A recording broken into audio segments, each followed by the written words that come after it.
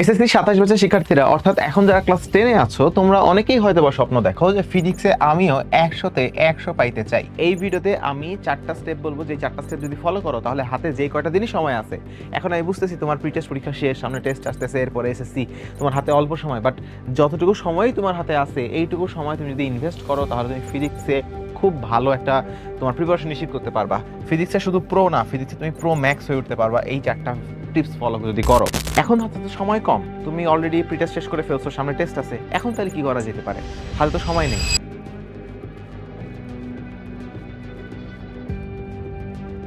SSC 27 বছর শিক্ষার্থীরা অর্থাৎ এখন যারা ক্লাস 10-এ আছো তোমরা অনেকেই হয়তো বা স্বপ্ন দেখো যে ফিজিক্সে আমিও 100-তে 100 পাইতে চাই।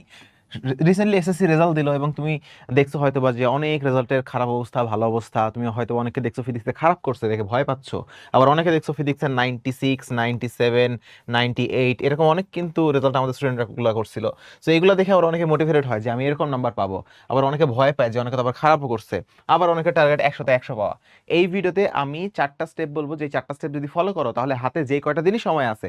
এখন আমি বুঝতেছি তোমার প্রি টেস্ট পরীক্ষা শেষ, সামনে টেস্ট আসতেছে, এরপরে এসএসসি, তোমার হাতে অল্প সময়, বাট যতটুকু সময় তোমার হাতে আছে এইটুকু সময় তুমি যদি ইনভেস্ট করো তাহলে তুমি ফিজিক্সে খুব ভালো একটা তোমার প্রিপারেশন নিশ্চিত করতে পারবা। ফিজিক্সে শুধু প্রো না, ফিজিক্সে তুমি প্রো ম্যাক্স হয়ে উঠতে পারবা এই 4টা টিপস ফলো যদি করো। এগুলো আমি আমার পার্সোনাল এক্সপিরিয়েন্স, আমি স্কুলে যেভাবে পড়ছি, আমি কলেজ লাইফে যেগুলো দেখছি জুনিয়রদের কাছে, এখন ভার্সিটিতে বুয়েটে পড়তেছি, এখন অনেক মানুষজন আমার কাছে আসে, এদের কাছে যেই প্রবলেমের কথা শুনছি ওদেরকে যেগুলো সাজেস্ট করি সেই অনুসারে ভিডিওটা আমি তৈরি করতেছি। তো সবাই একটু মনোযোগ দিয়ে ভিডিওটা দেখবা। সবার আগে যেই 4টা পয়েন্ট নিয়ে কথা বলবো তার চেয়ে প্রথম যে গুরুত্বপূর্ণ পয়েন্ট সেটা হচ্ছে, এখন যেহেতু তোমার হাতে সময় কম, এখন ওয়েটেড ইম্পর্টেন্স তোমার কাছে খুব বেশি দরকারি হবে। ওয়েটেড ইম্পর্টেন্স জিনিসটা অনেকে শুনোই নেই, কখনো নামও শুনো না। এটা কোনো খারাপ কিছু না, বাট অনেকে হয়তো জিনিসটা বুঝো, এই জন্য বাংলা লিখে দিছি। গুরুত্ব অনুসারে সময় বন্টন, এর অর্থ জিনিসটা এরকম: ফিজিক্সের প্রত্যেকটা টপিক তোমার জন্য সমান পরিমাণ গুরুত্বপূর্ণ না। যেমন একটা যদি আমি উদাহরণ দেই, ধরো একদম ভৌত জগৎ অধ্যায়টা, ভৌত জগৎ তো অনেক কিছু আছে, তার মধ্যে প্রশ্ন আসে বা সবচেয়ে বেশি প্রশ্ন আসে কোন জায়গা থেকে? সবচেয়ে বেশি প্রশ্ন আসে স্লাইড ক্যালিপাস, ভার্নিয়ার, তারপরে ওই যে তোমার স্ক্রু গজ, স্লাইড ক্যালিপাস, স্ক্রু গজ, এগুলো হচ্ছে সবচেয়ে ইম্পর্টেন্ট টপিক।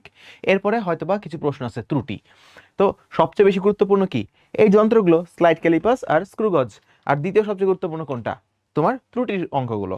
আর অন্যান্যগুলো হচ্ছে এর পরের ক্যাটাগরিতে। তুমি সবচেয়ে বেশি সময়, সবচেয়ে বেশি এফোর্ট কোন জায়গায় দিবা? স্লাইড ক্যালিপাসে দিবা এবং স্ক্রুগজে দিবা। আর তারপরে দিবা হচ্ছে এই আমার ত্রুটির অঙ্কগুলোতে। সো তোমাকে এটা বুঝতে হবে যে আমার হাতে যেহেতু সময় কম, আমরা একাডেমিকে যেমন পড়ি সকল সাবজেক্টের উপর আমরা সমান পরিমাণ সময় দিই। আমরা একাডেমিকে যেভাবে পড়াই, বেসিক টু প্রো যেভাবে পড়াই, যে এই কনসেপ্টেও যতটুকু গুরুত্ব, এই কনসেপ্টেও ততটুকু গুরুত্ব, যার কারণে কি হয়, শুরু থেকে পড়ার কারণে সকল টপিকেই তুমি পাওয়ারফুল হয়ে ওঠো। কিন্তু এখন হাতে তো সময় কম, তুমি অলরেডি প্রি টেস্ট শেষ করে ফেলছো, সামনে টেস্ট আছে, এখন তাহলে কি করা যেতে পারে? হাতে তো সময় নেই। তো যেগুলোতে ট্রেডিশনালি প্রশ্ন কম আসে সেগুলোতে কম এফোর্ট দেওয়া, যেগুলোতে গ্যারান্টিড শিওর শর্ট প্রশ্ন আসবেই, এগুলোতে সবচেয়ে বেশি পরিমাণ সময় দেওয়া। এতে করে তোমার সময়ের অপচয়টা হবে না। কাজেই গুরুত্ব অনুসারে তোমার সময়টা বন্টন করতে হবে। তো গুরুত্ব বুঝবো কেমনে ভাই? কিছুই না, তোমার কাছে যে গাইড আছে, যে টেস্ট পেপার আছে, যে সাপ্লিমেন্ট আছে, যে মেডিজি আছে, যাই থাক না কেন, তুমি ওইটা ঘুলে প্রথম 20টা প্রশ্ন পড়লেই তুমি বুঝতে পারবা ঘটনাটা কোন দিকে যাচ্ছে। বুঝছো? এই কারণেই সবচেয়ে গুরুত্বপূর্ণ হচ্ছে এটা বুঝতে পারা যে তোমার কোনটা গুরুত্বপূর্ণ এবং কোনটা গুরুত্বপূর্ণ নয়। কথা কি বুঝতে পারতেছো? তাহলে তুমি গুরুত্ব বুঝতে পারতেছো, কোনটা ইম্পর্টেন্ট কোনটা ইম্পর্টেন্ট না বুঝতে পারতেছো, সেই হিসেবে তুমি তোমার প্রিপারেশনের সময়টা বন্টন করবা। যেটা আমাকে কম বেনিফিট দিবে সেটাতে আমি কম সময় দিব, সিম্পল। আবার এমন না যে ওইটা গুরুত্বপূর্ণ না, সেই না আমি একদমই সময়ই দিলাম না, সময় তো মিনিমাম দিতে হবে, কারণ প্রশ্নের প্যাটার্ন চেঞ্জ হচ্ছে। যদি প্রশ্ন আসে তাহলে কি করব?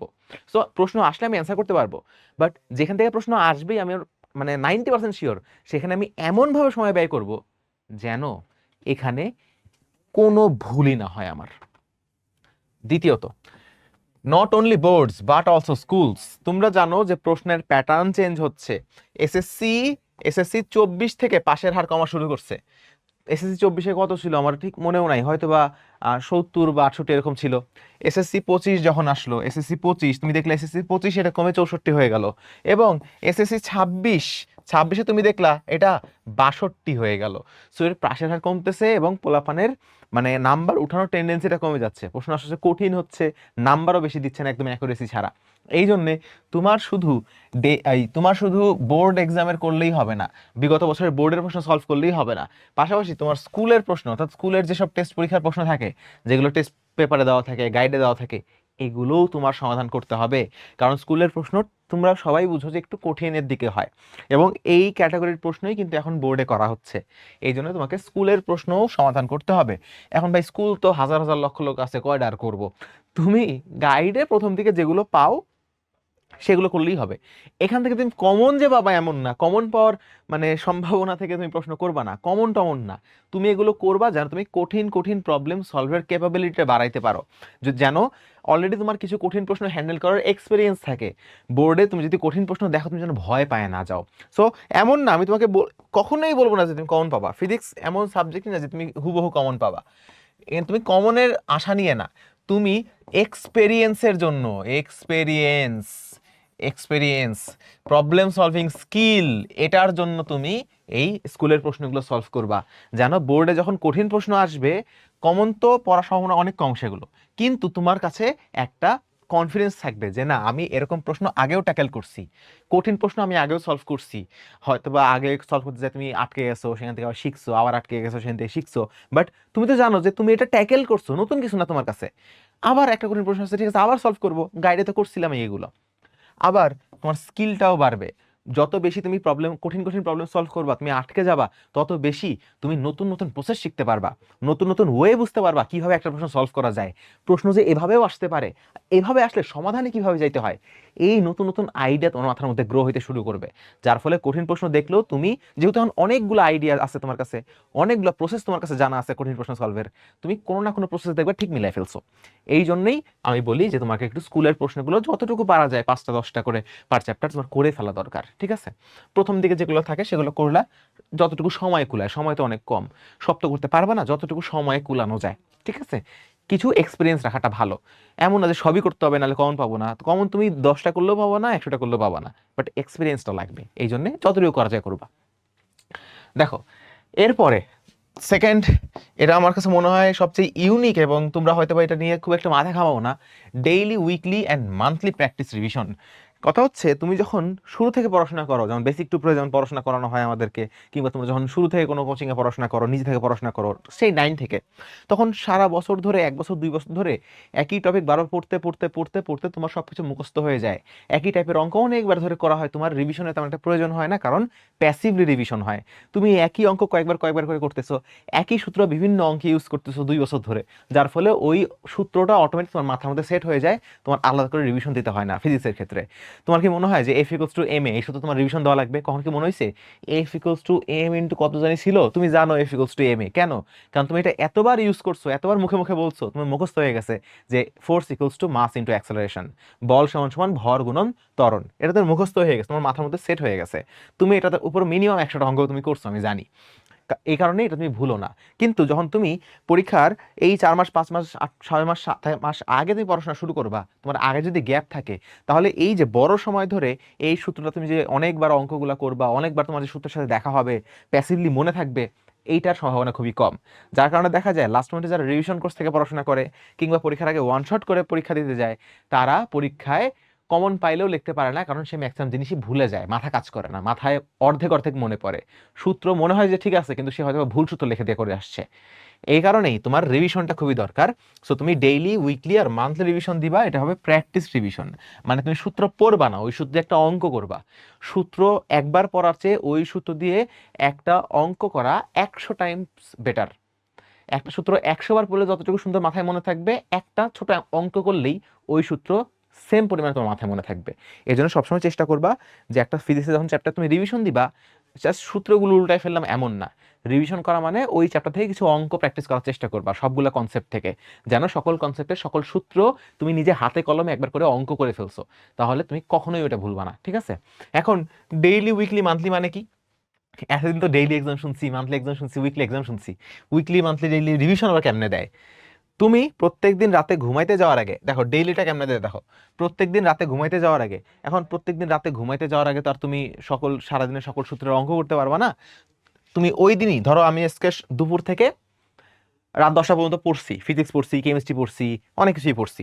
তো তুমি সবসময় চেষ্টা করবা রাতে ঘুমাইতে যাওয়ার আগে যা যা পড়ছিলা, যা যা পড়ছো, সেই নোট খাতাটা একবার চোখ বুলাবা। সেই নোট খাতাটা একবার চোখ বুলাবা যে সারাদিন আমি কি কি পড়লাম। এখানে আর ওই অঙ্ক টঙ্ক করা লাগবে না, আজকেই তো পড়ছো, এখন তো কোনো কিছু ভুলও নাই। সো তুমি ডেইলি রাতে ঘুমাইতে যাওয়ার আগে নোট খাতাটা দেখবা। হ্যাঁ, কখন এটা? রাতে ঘুমাইতে যাওয়ার আগে, রাতে ঘুমানোর আগে।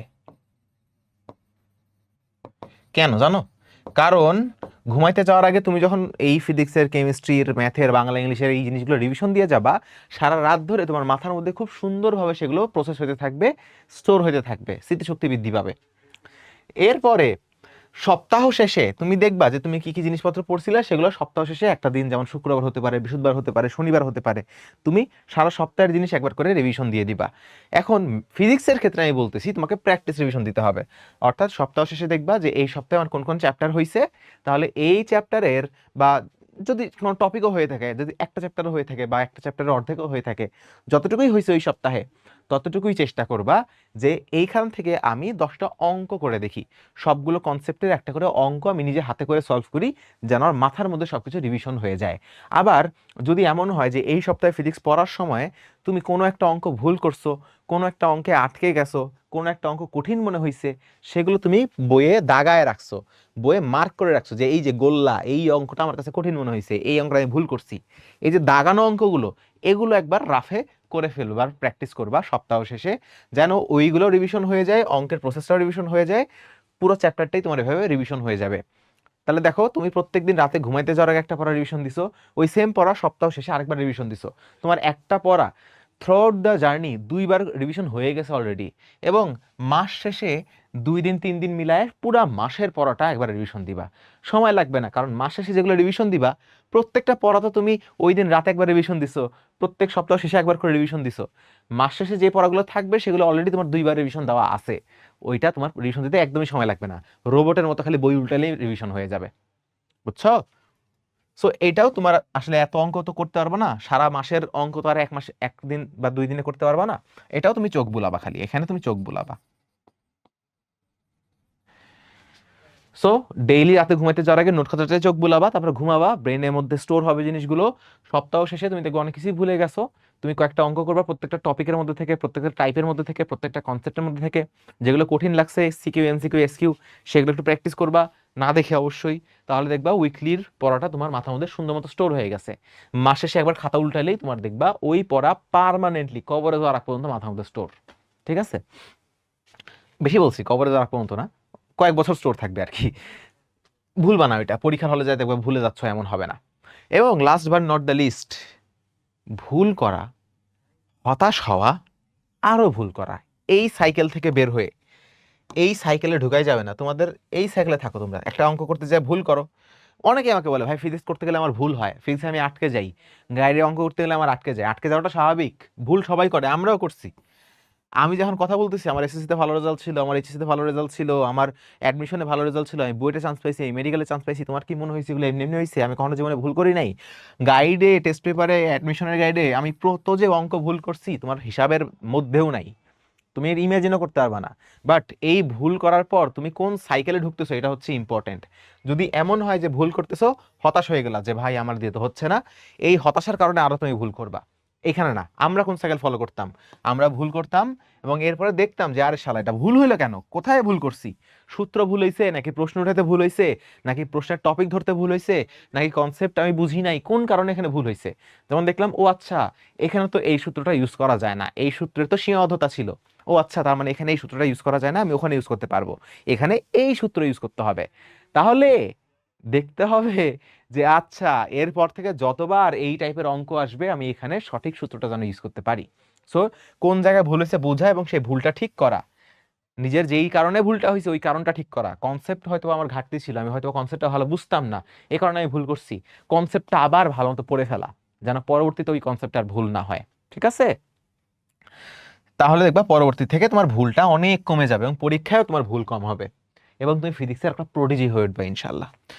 এবং তুমি যদি চাও এই সকল প্রসেস মেনটেন করে আগামী 4 মাসে তোমার ফিজিক্স সিলেবাসটা তুমি শেষ করবা, শুধু ফিজিক্স না, যে কোনো সাবজেক্টের একদম ফুল সিলেবাস শেষ করতে চাও, তাহলে তোমরা সবাই জানো আমাদের FRPB 27 কোর্সটা কিন্তু অলরেডি লাইভে আছে এবং অনেক শিক্ষার্থী যুক্ত হয়েছে। গত বছর আমরা 13,000 শিক্ষার্থীকে পড়াইছি, এবছর ইনশাল্লাহ এর চেয়ে বেশি শিক্ষার্থীকে আমরা পড়াবো। ফিজিক্স নিব আমি, রেদওয়ান নিবে, আমাদের ডেমো ক্লাস, মানে ডেমো ক্লাস লাগবে না, সিনিয়রদের জিজ্ঞেস করলেই হবে যে FRPB জিনিসটা তাদের কিভাবে হেল্প করে। এটা সবাই চিনে, এসএসসির সকল শিক্ষার্থী FRPB কোর্স চিনে। গত বছর 13,000 পড়াইছি, এবছর জানি না তোমরা কতজন ভর্তি হবা, আগের রেকর্ডটা ভেঙে দেবো ইনশাল্লাহ। তো FRPB 27-এ আমরা 4 মাসের মধ্যে তোমাদের এসএসসির ফুল সিলেবাসটা আমরা শেষ করাই দেবো, ঠিক আছে, একদম জিরো বেসিক থেকে অ্যাডভান্স পর্যন্ত, এবং এই প্রসেসগুলো ফলো করে জিনিসটা করা হবে। সো লিঙ্কটা সব জায়গায় থাকবে, দেখো। আর যদি কখনো মনে হয় যে ফিজিক্স আমাকে দ্বারা সম্ভব না, এর মানে এমনটা না যে আসলে তোমাকে দ্বারা সম্ভব না, তোমাকে দ্বারা সম্ভব, তুমি নিজেকে বোঝাচ্ছ সম্ভব না। এই কারণে ফিজিক্সে এই 4টা প্রসেস মেনটেন করে পড়াশোনা করো, দেখবা তুমি অনেক ভালো কিছু করতে পারবা। সকলে ভালো থেকো, আল্লাহ হাফেজ।